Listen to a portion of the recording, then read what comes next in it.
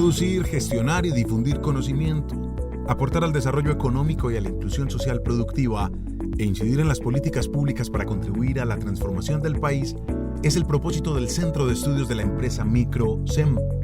En línea con la razón de ser del centro y con el objetivo de caracterizar a las microempresas de Medellín y el Valle de Aburrá, se realizó la primera encuesta sobre el impacto de la emergencia económica causada por el COVID-19. Gracias a la información de Interactuar y las cámaras de comercio de Medellín para Antioquia y la de Aburrá Sur, se logró obtener un panorama amplio sobre la situación de empresarios formales e informales en medio de la coyuntura actual.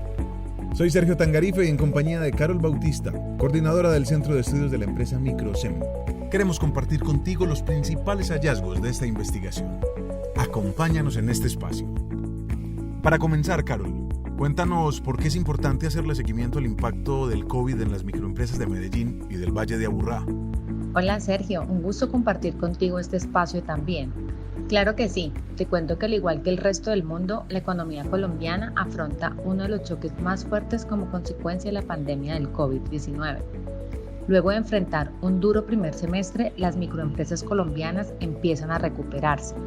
El Gobierno Nacional viene monitoreando el impacto de la emergencia a través de la encuesta Pulso Empresarial y Confecámaras ha realizado diferentes sondeos de manera conjunta con las cámaras de comercio del país. No obstante, esta información no permite tener una mirada desagregada para regiones o áreas metropolitanas y tampoco sobre empresas formales o informales. Por tal razón, y como complemento del trabajo realizado por el Gobierno Nacional, el Centro de Estudios de la Empresa Micro considera importante monitorear las microempresas formales e informales de Medellín y el Valle de Aburrá para tener información más precisa de la realidad de nuestros empresarios y asimismo para que la toma de las decisiones de los aliados del centro y quienes hagan uso de esta información sea mucho más certera.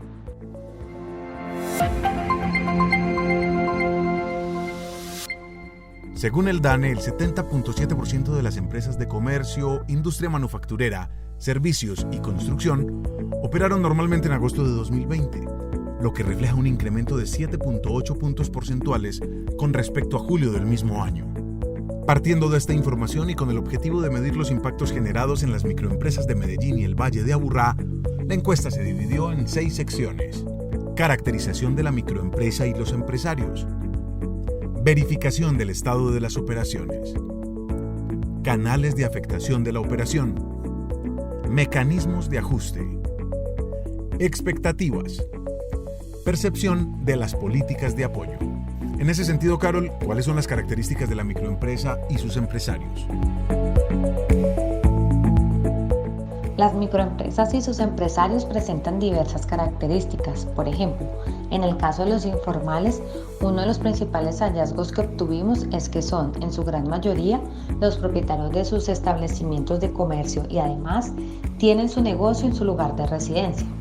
Encontramos también que tienen edades entre los 40 y 60 años, son bachilleres, pertenecen a los estratos socioeconómicos 1, 2 y 3 y se dedican a la confección, la comercialización en tiendas, graneros, restaurantes y a la fabricación de alimentos. En cambio, los empresarios formales presentaron algunas diferencias. Veamos, tiene mayor participación el grupo etario de 29 a 39 años, es decir, son un poco más jóvenes y además más educados. 26% de ellos son profesionales. Sin embargo, aún hay un alto porcentaje de bachilleres, 35%. En cuanto a ubicación, las empresas formales están localizadas en el estrato 3, 4 y 5 y solo un 19% manifestó tener su negocio en su residencia, es decir, que no todos operan desde su hogar. Sus actividades comerciales son principalmente el comercio en restaurantes y tiendas, la confección, fabricación de alimentos, los servicios personales de salud y los servicios eléctricos y automotrices. Carol, según la información recolectada en la encuesta, ¿cuál fue el estado de las operaciones de los empresarios? Al indagar por el estado de las operaciones encontramos que para el mes de septiembre un 40% de los negocios informales operaban normalmente, un 40% lo hacía de manera parcial, un 13% cerró temporalmente y un 7% cerró de manera definitiva. Para el caso de los empresarios formales, no varió mucho. Por ejemplo, un 58% de las operaciones se desarrolló de manera normal, un 33% funcionaba de manera parcial, un 6% cerró temporalmente y un 2% cerró definitivamente. Es decir, esta pandemia afectó tanto a los formales como a los informales en el estado de sus operaciones de manera similar. En relación con lo anterior, ¿cuáles fueron entonces los principales canales de afectación de la operación en las microempresas formales e informales? Los canales de afectación fueron 4 principalmente para los empresarios en general: la reducción de empleo, la falta de demanda, el ausentismo laboral y la disminución del flujo de efectivo. Para el caso de los informales, la reducción del empleo se ubicó en 40%, la disminución del flujo de efectivo en 21%, la falta de demanda en 40% y el ausentismo laboral en 19%. En cambio, en los formales, la reducción de empleo fue menor, cayó en un 33%. La disminución del flujo de efectivo fue mayor, con 26%, y aunque hubo una ausencia de demanda del 24%, esta fue un poco menor que en el caso de los informales, mientras que el ausentismo laboral se incrementó para este grupo con 27%. Este último valor queda evidente ya que los formales contratan más que los informales. Carol, nos gustaría conocer tus apreciaciones sobre la adopción de Internet por parte de los informales y entender las diferencias respecto a los formales. La pandemia afectó en general a los empresarios, eso fue una realidad, no lo podemos negar. Sin embargo, también los empresarios se adaptaron rápidamente a los cambios, claro, dentro de sus capacidades, y el Internet fue su principal aliado como mecanismo de ajuste para combatir la crisis. En el caso de los informales, los empresarios usaron Internet principalmente para comprar insumos con 27%, implementar pasarelas de pago 16% y teletrabajar 6%. Por otro lado, debemos decir que según las cifras de esta investigación, los formales acudieron más al Internet que los informales. Más de la mitad lo utilizaron para implementar pasarelas de pago y comprar insumos, y muy pocos para teletrabajar. Las cifras evidencian diferencias entre formales e informales en el uso del Internet, y esto puede darse por las siguientes razones. La falta de formalización empresarial y financiera de las empresas informales hace que se les dificulte acceder a pasarelas de pago y comprar insumos, ya que muchas entidades financieras exigen el registro mercantil.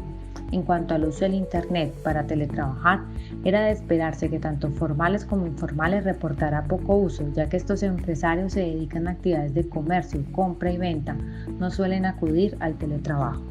Cuéntanos, Carol, ¿cuáles son las expectativas de los empresarios en general? En términos generales, los empresarios son positivos frente al futuro de su negocio. Incluso esperan que la situación del país mejore en los próximos 12 meses. Además, consideran que lograrán cumplir satisfactoriamente con sus obligaciones en el corto y mediano plazo. Respecto a los ingresos, la mayoría de los empresarios formales creen que las ventas se mantendrán iguales. En cambio, la mitad de los empresarios informales considera que sus ventas se incrementará y afirman que este aumento oscilará entre el 11 y el 30%. Para finalizar, hablemos de la percepción sobre las políticas de apoyo implementadas por el gobierno. ¿Hay diferencias en este punto entre formales e informales? Según los resultados recolectados en la encuesta, sí existen diferencias importantes entre formales e informales en cuanto a las políticas de apoyo. Por ejemplo, 37% de los empresarios formales conoce las ayudas del gobierno, pero no las ha solicitado.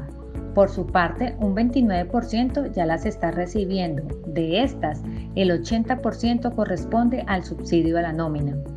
Una situación diferente expresan los empresarios informales, donde 54% desconoce las ayudas y solo un 3% las está recibiendo, siendo el acceso al crédito y las garantías las más solicitadas. Adicional a lo anterior, para sortear la actual crisis, los empresarios informales afirmaron requerir subsidio a los servicios públicos y el pago de impuestos diferido, mientras que los formales buscan exenciones a los aportes de la seguridad social. ¿Y por qué se dan estas diferencias? debo decir que básicamente para los empresarios formales es el estatus de informalidad lo que no les ha permitido visibilizarse ante las autoridades para recibir las ayudas del gobierno. Sin embargo, ya se está trabajando para mapearlos y así poder brindarles acompañamiento.